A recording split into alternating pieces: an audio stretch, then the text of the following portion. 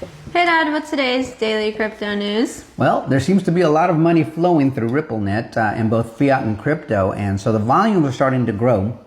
I have a funny feeling that once, do you remember when ISO 20022 becomes mandatory? Which month? In January, right? No. Wait, November. There you go. November.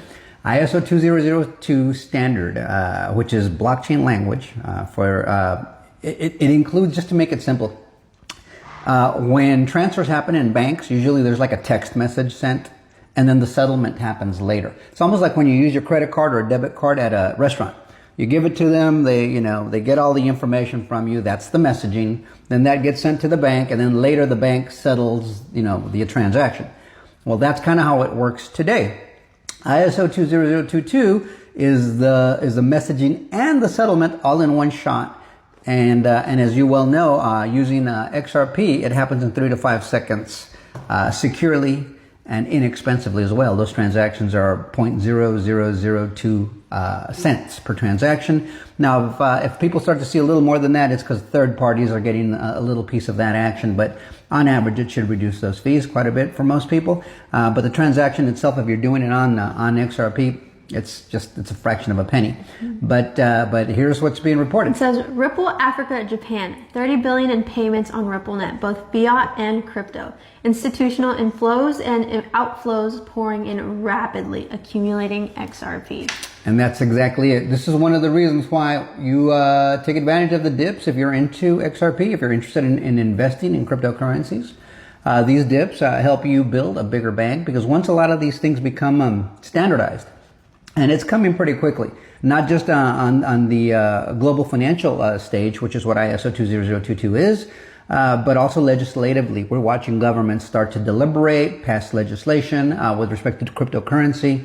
The Clarity Act, I think, is going to be a big impetus, a big catalyst for the industry, because it's going to clarify what certain cryptos can and will do. I think that's what's going to make a lot of meme coins disappear pretty rapidly, right? They're going to be what they are. They may not disappear, but they're going to be revealed for what they are. And it's just, it's basically one of those like a multi-level marketing thing is, if you can just convince somebody else to pay you more for it than you paid for it, is the only use case those coins have.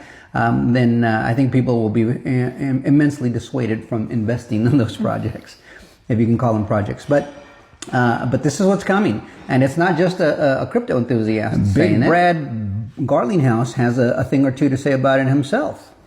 On a very positive note, we made some major announcements this week. We've processed $30 billion in payments on RippleNet, both fiat and crypto. We're partnering with MFS Africa to bring ODL to Africa, our 6th continent. So yeah, and keep in mind, he said 6th continent. Does that tell you anything? I mean, how many continents do we have on the planet? Like what? 7, 8, something like that. I don't know. I forgot that. That was so what?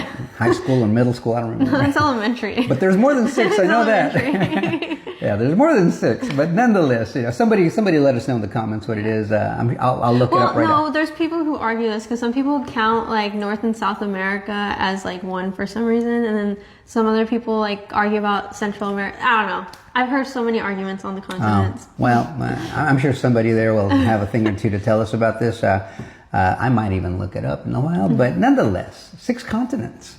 It covers 6 continents. That's a pretty big deal when you're talking about money or a global financial system. You have to be able to cover them all, right? And that's pretty close to all of them. At least all the ones that matter, all the major ones, they're in there. So to me, this is good news. I think once ISO 20022 becomes standardized, I think this is mostly for the Western world so far.